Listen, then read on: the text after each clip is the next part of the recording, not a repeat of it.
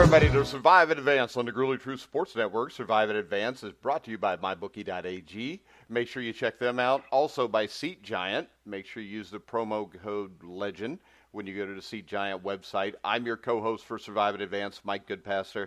And right now I'd like to welcome in my co-host, 1981 national champion, but he doesn't have an Olympic gold medal, Steve Risley. How you doing, Steve? I'm doing great, but you know what I'm getting today? What are you getting? My Hall of Fame ring is being delivered today. I got notice from UPS that it's being shipped out and it's being delivered today. So I will have my Hall of Fame ring, along with Steve Alford. I'm sure has one, who actually lives in or is from the city where the Hall of Fame actually sits. So, and we have a very special guest today. One of the greatest basketball players of all time in the state of Indiana, up there with Oscar, George McGinnis. I don't want to say, Damon Bailey. I'll throw it out there. Kent Benson, other guys. So, but go ahead and introduce our guest today. You suck at introducing people, Steve. All right, I know, I'm terrible. 1981 or 1987 national champion, 1984 Olympic gold medalist, Indiana Basketball Hall of Fame member, and the best Steve to ever play at Indiana. Help me welcome to the show, Steve Alford. How you doing, Steve? I'm very good, guys. Thanks for having me on. All right. So, Risley, did you want to start this off with some inane question? No. Okay. No, go ahead. All right. The thing that always... I'm enamored. Yes. I grew up, I graduated from high school in 1987, and the first time I remember seeing you, Steve, would have been in I think it was the Indianapolis semi-state against Broad Ripple in the Sweet 16. You played for your father, Sam, who's one of the great coaches in Indiana high school basketball history. You want to talk to us a little bit about playing for your father and just growing up in Indiana? Yeah, that was very special times, and, Steve can relate to what I'm talking about, too. I grew up playing in one class, so it's very much like the NCAA tournament, the collegiate level, is that whoever makes the tournament, you have a chance to win it. And there was only one state championship. And what was cool about Indiana, you got over 300 high schools, and all of those high schools were vying for one state championship. And so I'm very, very fortunate, very blessed that I grew up in an era and a time where, winning a state championship meant, you were literally the best in the state. And trying to compete for that, only getting to the Elite Eight, not being able to win one was one of my bigger disappointments. But just growing up in that state at that time, I can remember my goal was never to be an Olympian. I never thought about that. I never even really thought about the NBA. Obviously, Coach Knight, Indiana were extremely hot, and I can remember whether it was watching the 76 team or the 81 team and teams in between. It was really about, could I get good enough to have a chance to play at Indiana one day. And so being able to play for my father was just very special. And he coached 4 years at Martinsville. And then when we went to Newcastle, the first place he took me was the Fieldhouse, which is the largest high school field house in the world. And when I saw that, I knew that I not only wanted to play there, but I wanted to try to fill that one day. And so I can always go back and think about all the individual workouts that I did in that gym, sometimes at 6 a.m, sometimes at midnight or later. That was my house for so long and had so much to do with my development. And my dad was a huge, huge part of that. He's, to this day, a mentor and somebody that's meant a great deal to my success and a great deal of just teaching me the fundamentals of the game and how to play the game, because I think he knew I wasn't going to be the strongest, quickest, fastest, jump the highest. But if I fundamentally could be awfully good and how to play the game and think the game, if I was at an elite level, then I would have a chance. And he taught me all those things at a very early age. All right, so when was the first time that Coach Knight contacted you about possibly being an Indiana Hoosier? Because I grew up in Indiana at the same time. He got pretty much who he called at that point, but when did you first have contact with Coach Knight? Well, I wasn't so much contact of him wanting me at that time, but I started going to his camp in third grade. My dad was, as I mentioned, a high school coach, so we actually cheated a little bit. You were only supposed to go into the fourth grade, but Chad Tucker and myself were coach's kids, and Coach Tucker and my dad worked the camp, so he allowed our sons to come and I can remember Chad and I being third graders, and we had our own dorm room, and I don't think either one of us spoke to each other or said a word in the entire week of camp. We were so young, but I went to his camp from third grade all the way through 12th grade. But it was probably, I think when the interest started, probably late in my 10th grade year, and then an offer came in my 11th when I was a junior. And here's the deal, Steve. I applied to go to Coach Knight's camp 3 years in a row and got my check sent back to me all 3 years, telling me that they were full and they had no room for me. I tried to get into Coach Knight's camp down in Bloomington, and I never went to Coach Knight's camp. That probably would have happened. That probably would have happened to me too. I got in because of Dad. But it was funny. There was no favoritism. It was like I just got rejected, and I was a fairly well-known player at that point in time in high school. And I got rejected every year. And then he calls me one day and he recruits me and says, Risley, you want to come play at IU? I'm like, I already committed to Notre Dame, coach. He goes, well, you want to play at IU? He goes, yeah. And there you go. And so I said, well, you got to call Digger Phelps and tell him that I'm going to decommit to come to. He said, I'll handle Digger. Don't worry about that. High school basketball. Did they make a mistake by going to multiple classes? And I don't want to put you on the spot, but should they have stayed one class basketball? Should it have stayed one class? But I'm probably not the right one to ask, Steve. There you go. I had so much fun. I had so much fun growing up, knowing that it wasn't about. I grew up in an era that it wasn't about everybody getting a blue ribbon or everybody that runs on the track, and you got 8 lanes and one guy crosses the finish line, but the other 7 are getting the same ribbon. I just didn't grow up in that era. And if I finished 2nd, 3rd, 4th, 5th, it was, hey, thanks for running, but if you want to get blue, you got to work harder. And that's just the era that I grew up in, and I'm so fortunate to do that. I'm not saying that I'm totally against class. It's just I'm glad that I grew up to where, even though I didn't win it and Connersville won it my senior year, I know we played the best. I know we got bracketed, and it was fun watching the brackets, and it was, that back then it was a matter of whether you played the first game in the semi-state or the second game because you're going to get less rest. And it was part of the draw. But I do know that attendances were, in my opinion, the attendance and the recognition of Indiana basketball was much greater then because you only played on Friday and Saturdays. So it was like football. Business people had all week to prep for these big games. And my senior year, we played Marion on a Friday night. James Blackman, who was an Indiana All-Star and went to Kentucky and had a great career. We had 10,000 in the field house for that on Friday night. And Saturday night, Scotty Hicks, who went to Cathedral and then had a great career at Notre Dame, came in on Saturday, another 10,000. And you don't have that today. You've got incredible gyms that have been knocked down and condemned in the state of Indiana now. And a lot of that, in my opinion, ended up being driven a little bit with the economy years ago, but a lot of it had to do when class basketball came in and conferences changed and sectional sites changed and regional sites changed. I mean, there's been years where the Newcastle Fieldhouse hadn't had a tournament in it, and you got the largest gym in the state. So I think it affected kind of just the aura and the excitement, enthusiasm. Not that there's not, but I just don't think it's like it was when it was just one class. No, and I got I have a friend that in 1992 played for Jacksonville, which is a small high school down here in southeastern Indiana, and they won the sectional. Yep. Now, fast forward that like 20, 25 years later, he was an assistant coach on the team that won the state championship. And I was talking to him after that, and he was like, everybody here was more excited when we won that sectional. Right. Absolutely. I just think, now you play different days of the week. You'll play on, you'll play on Tuesdays, and I just think that Friday, Saturday of having all week, the enthusiasm of the tournament, I think it's affected the Indiana-Kentucky All-Star Series. I think there's a lot of things it's affected. in my opinion. That's just me. I'm obviously a Hoosier, and I still love high school basketball and all that.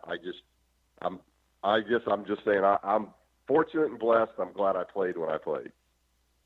Did you ever get to play in Hinkle?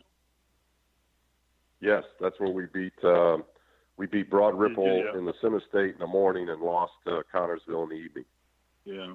See, all of our sectional was Hinkle sectional, our regional was Hinkle, our semi-state was Hinkle. So all of my high school was all, and you talk about what a treasure that is to get to play in Hinkle. I mean, and we put 17,000 people, in the stands for the sectionals, and it was truly a treasure because I played against Woody, I played against Landon, Antonio Martin. I mean, some great players were Tim all Johnson. in that sectional. Tim Johnson, who ended up beating us from Aurora. Then the state tournament was Market Square Arena, and if you didn't make it, the teams that didn't make it to the state, all those teams still went.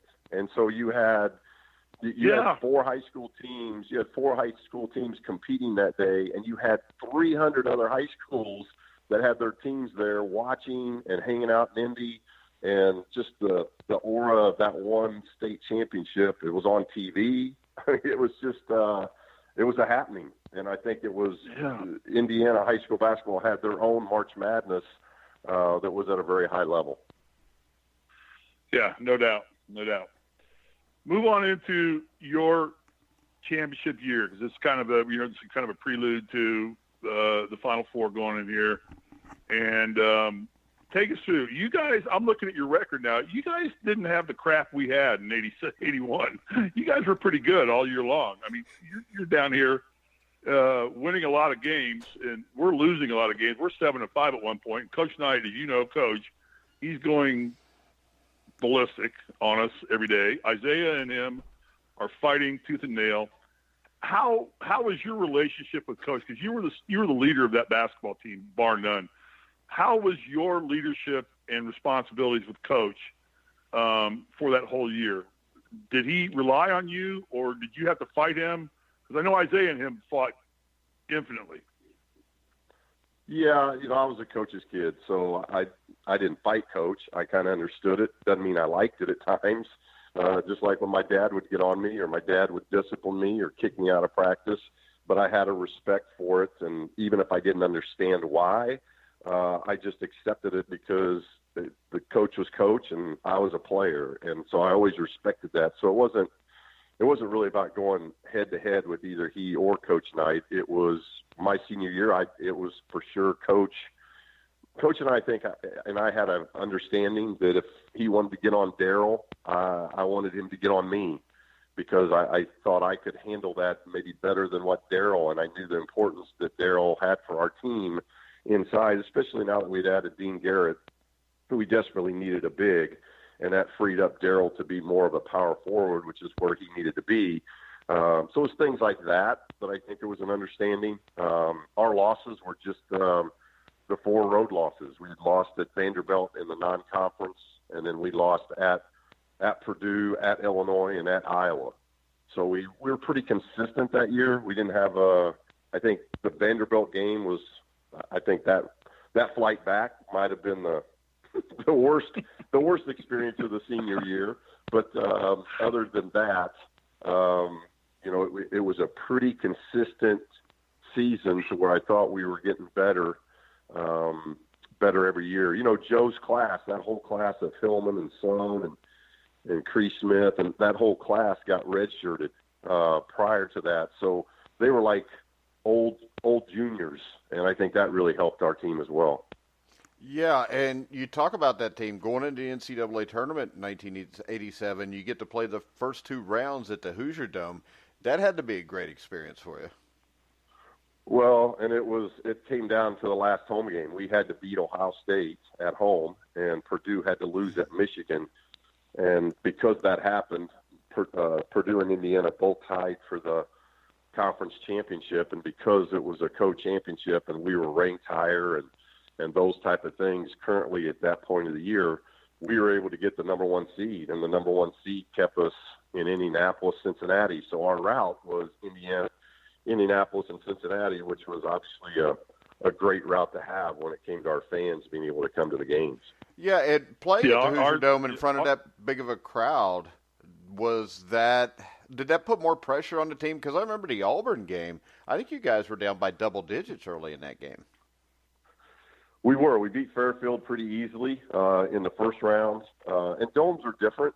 You know, that was really the beginning, I think, of the domes. Now they use them all the time. But a lot of just like rules, I think players adjust, coaches adjust. But playing in domes were kind of relatively new. And so I think just the vastness of it, and we had such a huge crowd. It wasn't so much the pressure of the crowd. It was just trying to handle that kind of crowd and that kind of building.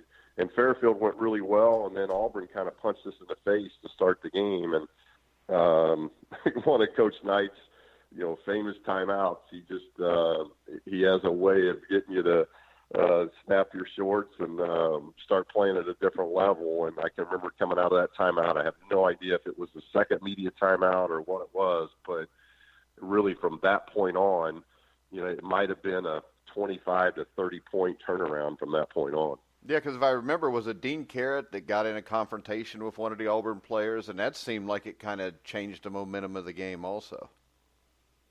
Right, but I think Dean probably got a little fired up because of a certain timeout that we had. Everybody got on a little bit of edge after that timeout. Oh, all right. So what was it like playing Duke? Because I'm not 100% sure, but I think that was the first time Coach Knight had coached against Coach Krzyzewski. Yeah, you might be right. And I was at the beginning of the Duke of when Coach Krzyzewski was going to start his run that has, continued for all these years. And I had a chance after being let go at UCLA. I had a chance this winter to go spend a couple days with Coach Krzyzewski, and wow, what an incredible culture, and what he has going on at Duke is very, very impressive. And I was at the beginning of that. I was with Amaker and Snyder and those guys, King, very, very good basketball team. I think we won 88-82 in what was a really, really good basketball game and a tough game. And then we have to beat LSU at the buzzer. Daryl has a 12-footer from straight on and just misses it wide right. Ricky Callaway grabs and lays in, and Ricky ends up being from Cincinnati. And, so it was just you got to be lucky at times. I always told Daryl, I said, if you miss that short or long, we probably don't win. It was a good thing you threw that thing right all the way to the right side. Was Dale Brown still coaching LSU in '87? I can't remember. Yeah. Knight had no affinity for Dale Brown whatsoever. that was from '81. I mean, I remember there were only a few coaches that the coach didn't really like, and Dale Brown was probably at the top of that list of all people. He just didn't have an affinity for in any way, shape, or form. But yeah, so there you go. So then you go on, you play UNLV, and they're like the best team in the country right now, are they not? Well, they had a tough. We thought we could have been in Iowa, we had split with them during the year, and Iowa was very, very good. Could really score the basketball, and Iowa had them down big, and UNLV came back and beat them in the second half. And so UNLV was a 1 seed, we were a 1 seed. And they, I think, might have been number one in the country at that time. And very, very fast. Played the game at a high tempo, and Coach did this several times throughout my career, but two in particular. I remember against Carolina my freshman year when we upset Carolina in the tournament.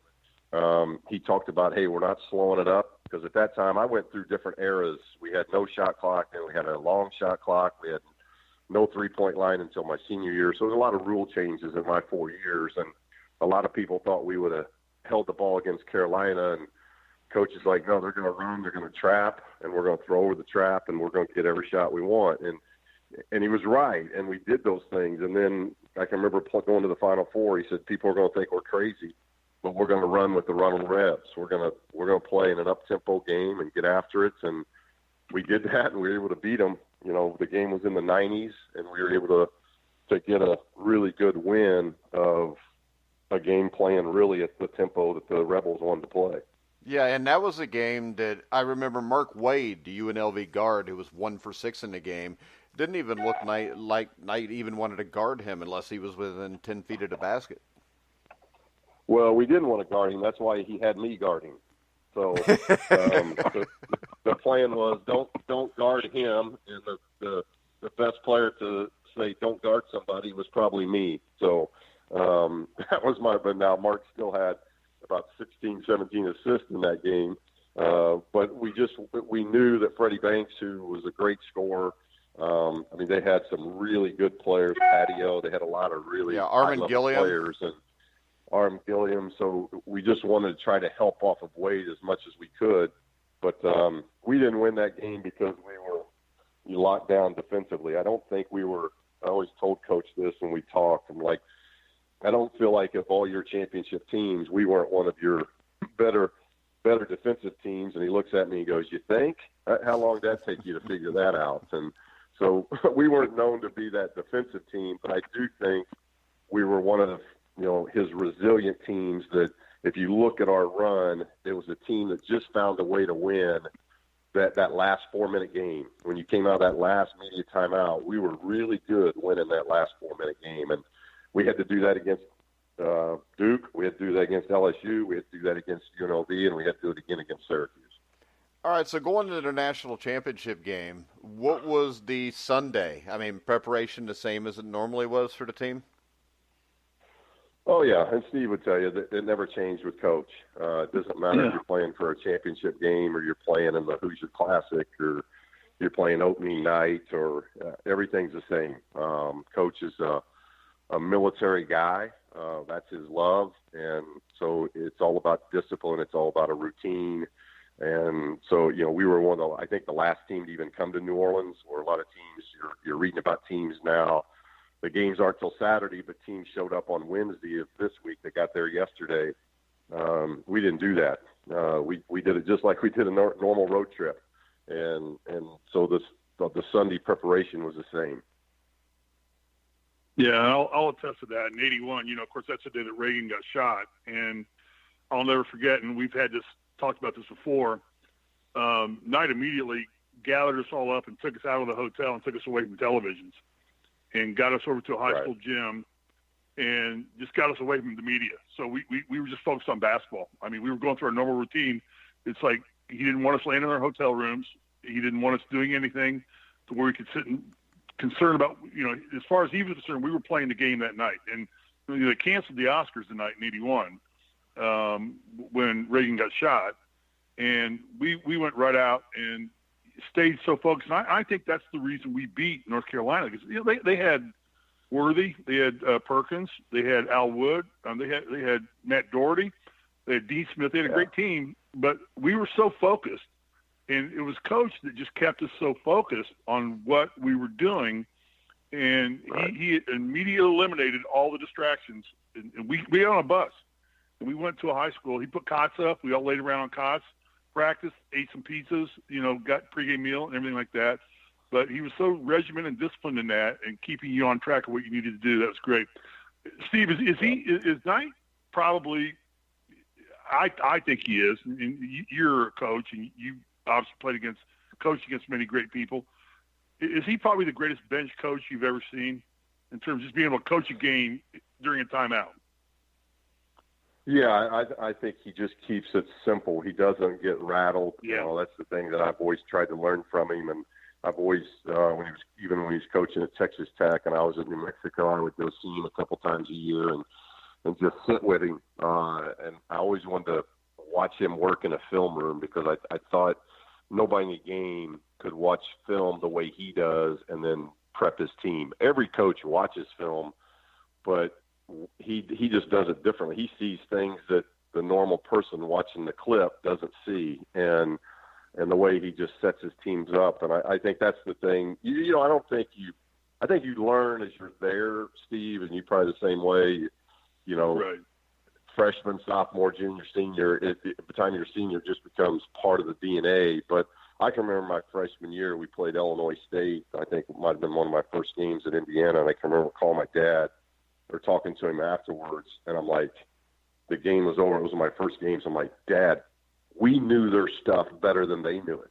I mean, we're out there defending their stuff better than they're running their stuff, and I just think that was what really made Coach, was that he stayed in the moment. He was a great defensive preparation guy, but I can remember having big nights. I can remember he did similar things that my dad did to me in high school. I'd come off a really good game, and Coach would blister me the next day in practice because he's like, I don't care what you did yesterday. Now we got to focus on what we're doing 2 days from now, and he just had a really good sense as a coach to keep you in the moment and focused on getting better that day. And sometimes you don't appreciate that as much when you're playing as you do years down the road. And I know the thing that I appreciate probably most is that he made me better every day, even if there was a day I didn't want to get better.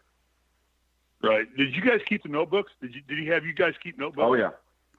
Yeah, we had the notebooks. Yeah.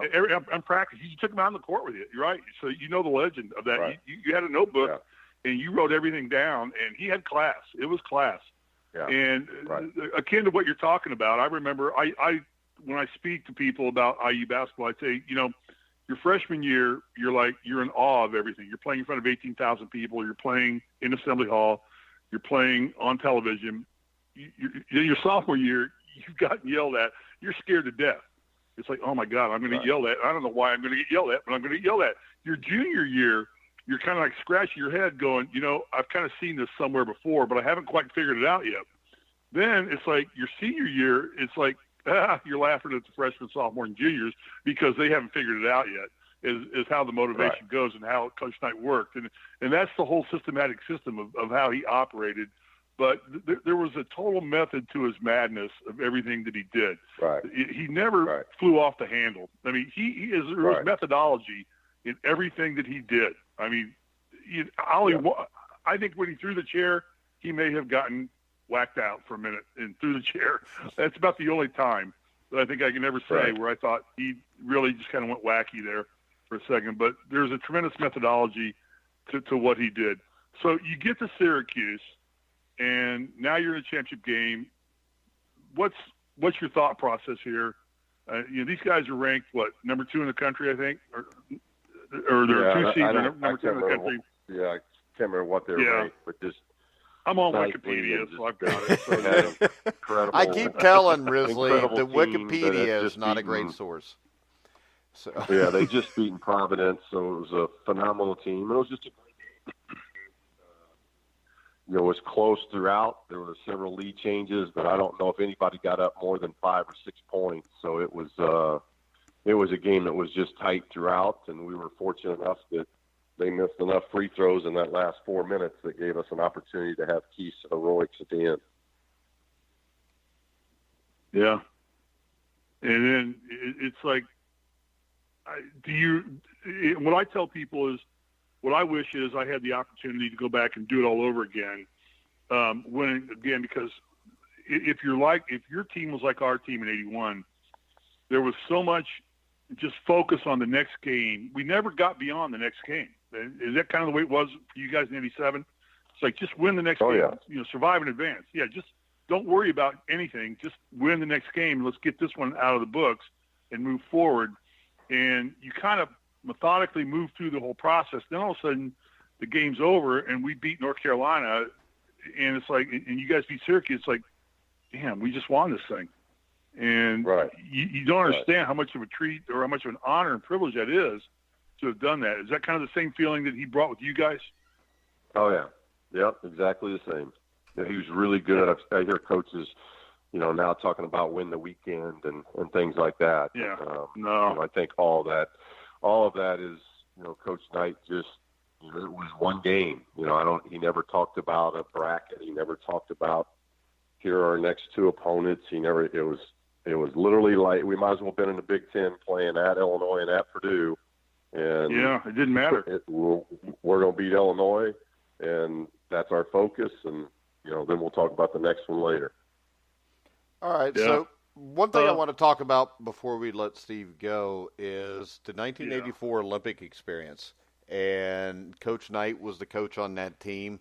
You want to talk to us a little bit about showing up for the first practice? You see Michael Jordan, all these guys on the court. What went through your mind, and what was that experience like for you? Yeah, probably the trials were even more of an amazing deal to me. I remember getting a letter I was in the dorm at the time, my freshman year, and the only letters I ever got in my dorm mailbox was, from my mom. And all of a sudden I got a letter in there from the Olympic Committee, and I'm one of 77 guys invited to the trials. And to me, that was just an incredible honor in itself, and I was just excited about that. And it just so happened the trials were right there in Bloomington, and right there in the field house. It's connected to Assembly Hall, and they put up all these scaffolding for it looked like football practice, to where the coaches could stand way above the courts, and we had 4 or 5 courts going at once. And the people that were at that trials that didn't make the team, from Roy Tarpley, Mark Price, John Stockton, Karl Malone, Reggie Williams from Georgetown. I mean, it just went on and on and on of how many great players, Danny Manning, great players that were there that ended up not making the team, which was just, it got real surreal quick. But I can remember how fun that was, competing in that environment. And I just continued to make some cuts. I think early on I made some cuts strictly on shooting, and obviously my college coach was the Olympic coach, and that probably helped me in the early rounds of cuts. And then as it got closer to getting the team finalized, I just played real well. We were able to. I shot the ball at a high level. I was taking care of the basketball. I knew my role. Anytime I was on Jordan's team, I got him the ball and got out of the way. So I wasn't trying to overstep anything. And then I think there was that other piece to it, that having me on the team would help the other guys understand how coach was and what to anticipate as we went through the summer. So I was fortunate, and as I worked through and navigated all, one of the neatest things ever happened to me in my entire career was to be able to actually started the gold medal game, and to be a starter in the gold medal game against Spain was something I'll never, ever forget. But I was a traditionalist. I just loved pickup games. I mean, I grew up again in the era where you played out on blacktops and city courts. Yep. And if you lost the game, you set out for 40 minutes, no matter who your name was and who you were. And today, these kids growing up today, they can lose 3 games in a row and they're still playing. Back in the day, that didn't work. You kind of learned what losing was a little bit differently, and playing pickup games with those guys, or practicing in trials and then as the team, that was just a phenomenal experience. And it was just a great group of guys that I got a chance to hang out with all summer long. We played, not only were we 8-0 in the Olympics, but we played NBA All-Star teams throughout the state, traveling and preparing for the Olympics, and we won all 7 of those games. And there were obviously a lot of great players that played against us during the summer, and that was a tremendous experience. we played you guys. Did we play you guys at Assembly Hall? Didn't they have a bunch of former IU players come down in '84 and play you guys? I think we had one at Assembly Hall. We had one in Iowa City, Minneapolis. We played in Connecticut. You had one at Hoosier Dome too, I think. Yeah, the one at Hoosier was like 60,000 people. 60,000 people, yeah. But I think we did one. I had just come back from getting married in Hawaii. My wife and I, 35 years ago, had gotten married, and we came back, and I was asked to come down and play in that game with Radford and a bunch of the old guys, the older farts, and Scotty May and all those guys. I remember playing you guys. And I did you guys win that game? I don't even remember. Hell, I don't know. I got to play. Yeah, it was a team that never lost. So it was. There you go. That was a fun experience playing with those guys. So the greatest thing that happened to me in my career. The greatest thing that happened to me in my career was there was no 3-point shot, or I would have sat a lot more than I already sat. So. Because I'd have fired one up, and Coach would have said, "Risley, you're not Kitchell. Sit down." You wouldn't have shot a 3-pointer, Steve. You know that. Real quick, let's get your opinion on the Final Four coming up, Steve. Who do you like? Yeah, that's a hard one because you got there's a couple teams that got in by playing really well and that you probably didn't think were going to make it, but now they're not hiding from anybody. Texas Tech is a team that it might be playing as well as anybody right now. Them and Michigan State probably come into the thing playing at the highest level, and yet Virginia seems to be on a destination because of what happened last year. Auburn has beaten all the blue bloods to get to this point. So you got different stories with all of them. So I think it makes for a real intriguing, Final Four of how all this sets up. Because you got different styles. You got a Michigan State team that likes to rebound and run. You got Tech and Virginia who really like to play at a slower tempo and grind you out defensively. And then you got Auburn that likes to fire threes. So it's really going to, I think, going to determine on what kind of style is presented in each of the games to see who will advance. Well, I just want to bring up Risley picked Villanova at the start of the tournament to win it all. I like Jay Wright. There's a lot of brackets. I know. I'm done. I don't pick these things. Hey, Steve, one last question. How's your relationship with Coach right now? Are you guys in good faith? I haven't talked to Coach in about a year and a half. Is it good? Yeah. How's he doing? Is he doing okay? It's been good. Yeah, I think he has good days and bad days probably, but he called me right after I got fired at UCLA, and we had a great talk, and he gets you to laughing, and I'm looking forward. Some of us are going to go see him here in the spring. So, he's been a tremendous friend and mentor to me. So I greatly appreciate him. Yeah, and I too, I've got a cell phone number, and I Abers, I get a phone call from Greeno or Abers or somebody, and we always would have. He would come in, he'd sneak in Indianapolis quietly. He would call players and come in and have dinners. And it was just a hamburger joint, working man's friend or something like that. It was called, and we would come there and we would close the joint down, and we would tell stories. And I got into that inner circle. I'm not in the 70. The 76 circle is the inner circle. Buckner and May and Benson and those guys. That's his closest. But I got part of that, and I had the most fondest memories of those moments, more so than ever playing for him. So I'm glad to hear that your relationship with him is good and strong because, I think the world of the guy. I hate that he gets beat up a lot for no real particular reason. But, yeah, good to hear. Yeah. Well, I appreciate it. Well, hey, thanks for having me on. And a lot Steve, having me on, so I appreciate you doing that. Thanks for coming on. We'd love to have you again sometime if you want. All right. Thank you. Right. Thanks a lot. Thanks a lot, Steve. Okay. Thanks, Steve. Bye-bye.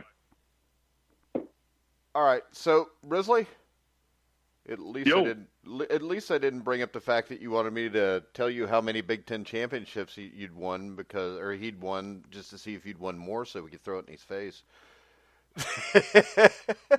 No, I didn't want to. In my defense, I stopped that. I just said, Risley, you forgot. He's got an Olympic gold medal, and that trumps anything you could have got, unless you would have then went on to the NFL and won a Super Bowl ring. Right. There you go. But, yeah, I just like talking about the Indiana high school basketball tournament and what it used to be. And I think the sad thing is the farther we get away from that, more chance that that'll never happen again. But I remember I went to a school where, hell, Steve, we met basically because of the Indiana high school basketball tournament. Right. Yeah. Because and I mean, his dad coached at Martinsville. It started at Martinsville, I think, was where his dad coached before they moved to Newcastle, I believe. Is that not correct? Yeah, and like I said, I knew who you were because you played for IU. But the intriguing thing to me was, if you go around Aurora, Indiana, and if you find somebody in their 50s, if you talk Indiana high school basketball, you're going to hear about 1977. And, sure. That's where it went from. That could have never happened in this day and age. Now, if you're a small school and you won the state championship, well, you're just the best small school. And hell, now you get people complaining because they want Catholic schools to have their own league because it's unfair. And I think people forget that in general, life is unfair. But the fairest thing in the world is when life is unfair, you get a chance to make it fair. And I know there's only been one 1954 Milan, but there was also a 1954 Montezuma who was a lot smaller than Milan even, that made it to the Sweet 16 that year. There's been an L&M, if you remember the Oliphant brothers, who I think made it to the Elite Eight. I was going to bring them up. Yeah, I was going to bring up the Oliphant brothers at L&M, Yeah, Aurora, 1977. You go back, Lawrenceburg, which is a small town. Actually, I live in Lawrenceburg now. I think they made like 3 straight Elite Eights in the late 40s. They went to the Sweet 16 in 1992, and I didn't live in Lawrenceburg at the time. I lived in Aurora. I could not imagine if Lawrenceburg won the state championship today in basketball or football. I don't think it would be near as big as when that team, hit a half-court shot to win the regional and got to go to the Sweet 16 and play Richmond. Well, I think one of those poignant things that Alford said was, back in his day and my day, we knew who the state champs were. Yeah. I couldn't tell you who just won the state championship. I couldn't tell you who. I couldn't tell you who. I didn't know that Colin got to the state championship game. And Colin is a partner with us on Indiana Basketball Weekly. I did not know that they got to the championship game. I didn't even know that. Yeah, and it's just like Steve. When he played in the Olympics, they actually were amateurs. Except for anybody from Kentucky who probably got paid before they got to the Olympics. But outside of that, and I can trash Kentucky now because they got beat last week. So I was pretty pleased about that.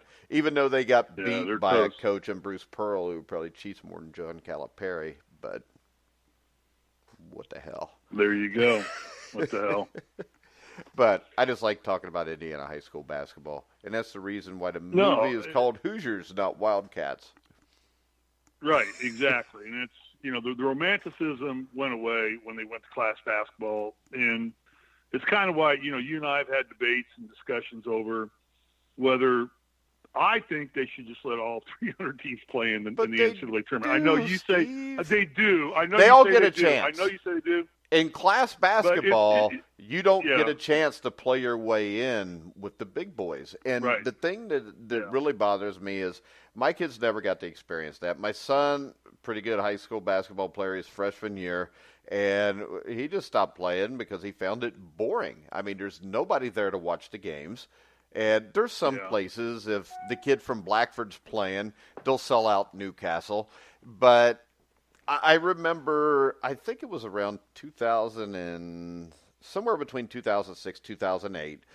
They had a sectional at Connorsville, which is where the sectional used to always, or not Connorsville, at South Dearborn. And Batesville had Michael Mincer, and Connorsville had the Howard kid. The Howard kid went on to play for Butler, went to 2 national championship games. And I got my daughter, who I think was like 10 at the time, and then my sons who were like 4 and 2 or 6 and 4.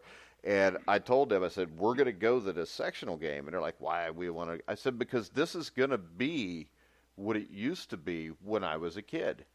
And we get there, and there's these huge lines. We end up having to sit up at the top. It seats 4,500, I think, at South Dearborn.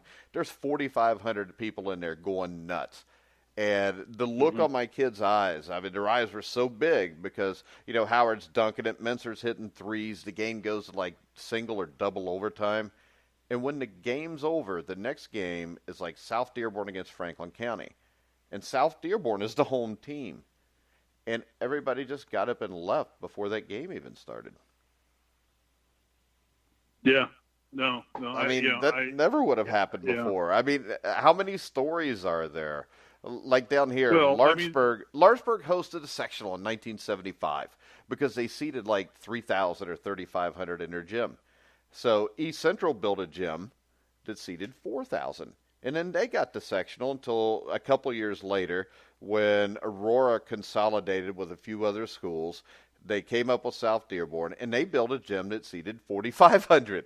So they got the sectional. Yeah. And that's why you've got, I think, still to this day, 7 of the 10 biggest gyms in the entire world for high school sports are all in the state of Indiana because everybody was in a race to have the sectional at their gym. Yeah, no doubt. And my wife, she went to Winslow High School. Then she went to Pike Central when they consolidated. And I think they ended up playing in Washington, which Washington, the Hatchets had a big gym too, didn't they? Didn't Washington have a big gym? Yeah. They've got one of the big ones too. And the towns was shut down. I mean, literally on Friday or Saturday night, as Steve was talking about eloquently, they would just close down and all the business would shut down and people would go to the sectional games and watch it. And you know, that's why I asked Steve if he ever got to play at Hinkle, because every game I played in high school basketball in the state tournament was played at Hinkle. We never made it to Market Square Arena thanks to Aurora. Yeah, keep Go reminding Tim me Johnson, of that. Rick Amp. Go Tim Johnson. Go Tim. We got to get Tim Johnson on. We got to get Tim on the show. We got to get Tim and Rick on. We'll have them on next week. I'll get a hold of Rick and we'll see. But the thing I remember is to play in Hinkle. Go ahead. To play in Hinkle, you know, and there was 18,000 people. I mean, you had Hilliard Gates. It was on WTTV4. It was an atmosphere that was just incredible. And generally the two biggest weekends of the tournament were pretty much the Hinkle sectional and then the state championships, which were usually held at Market Square Arena, which is now defunct and gone too. But that's all gone away, and the romanticism of it has left high school basketball. Unfortunately, you get 4 or 5 classes now. It's like participation awards, so whatever. Yeah. And the other thing I remember is the 77 team that went to the Elite Eight and everything at Aurora. And in 1978, they're playing in a regional, and we didn't go. We went to the sectional, but I remember my mom had to go to the store, and I'm like, I want to listen to the game. And she said, don't worry about it. You can listen to it downtown. You know, we go downtown. The game's playing over the loudspeakers all the way through to town. People are standing out listening to the games, the ones that couldn't go. And I remember going to the old Aurora High School gym, which I think seated probably like 12 to 1,500. And just the place was packed. And it meant so much to people. And it just doesn't anymore. And I think that's sad. And I think that's the way society's become. Kids would rather play Xbox than go do something that, you know, they'll remember forever. I mean, I don't think too many kids when they're 50 are going to be sitting around talking about, man, I remember when we used to play the PlayStation. It was so awesome. You know what I mean? No, I know what you mean. And my son played at Hamilton Southeastern High School with Gary Harris and Zach Urban, you know, both Mr. Basketballs played, and you couldn't fill half the gym. Yeah. And there was no students there hardly at all. It was mostly all parents, or the old people that wanted to come and still enjoyed high school basketball. But the student section was, you know, minuscule, to say the least, and the other things going on. And it's changed, but it's a shame but it is what it is. So, oh well. All right, guys, we're going to go ahead and wrap it up. I'll be back at 2:00 Eastern with Bobby Sheridan for the Sheridan Report. I'll be me and Jeremiah tonight at 11 o'clock Eastern for the boxing show. Make sure you check out both of those. You can follow Steve Risley at srisley34. You can follow me at Grilling Truth. Remember, mybookie.ag. You go to thegruelingtruth.net, click on the banner at the top of the page for the mybookie.ag. It will take you to the site where on your first deposit, you get up to $1,000 cash back on the first 50% you put in. So if you put $2,000 in, you got $3,000 in the account. Make sure you check them out. Make sure you go check out Seat Giant. If you're looking for tickets for the Final Four this weekend, you go to Seat Giant. You get a discount by using the promo code LEGEND for the Grueling Truth. So make sure you check all those out. But we're going to wrap the show up. I want to thank Steve for coming on. And, you know, Risley, well, I think what you need to do is maybe find a sport for an older gentleman that's still in the Olympics and see if you can get Olympic gold so you can be like Steve Alford. I'm retired. Maybe you could jump in a kayak and learn how to do that real fast and represent us in the, you know. You never know. I can do Frisbee dog throwing on the beach. That's about it. Is that an Olympic sport? I don't think it is. It should be, though. Oh, maybe. Hell, the way things are going now, everything's becoming an Olympic sport now. So it's something new. What are they, you know, golf's an Olympic sport now. I guarantee you this, Steve. 20 years from now, all Olympic sports will be like 14-year-olds sitting at a PlayStation playing and 10,000 people cheering. There you go. All right, guys, we're going to wrap it up. I want to remind you, you can hear all of our shows on iHeartRadio, iTunes, Spreaker, Stitcher, Spotify, wherever you find sports podcasts, you'll find The Grueling Truth.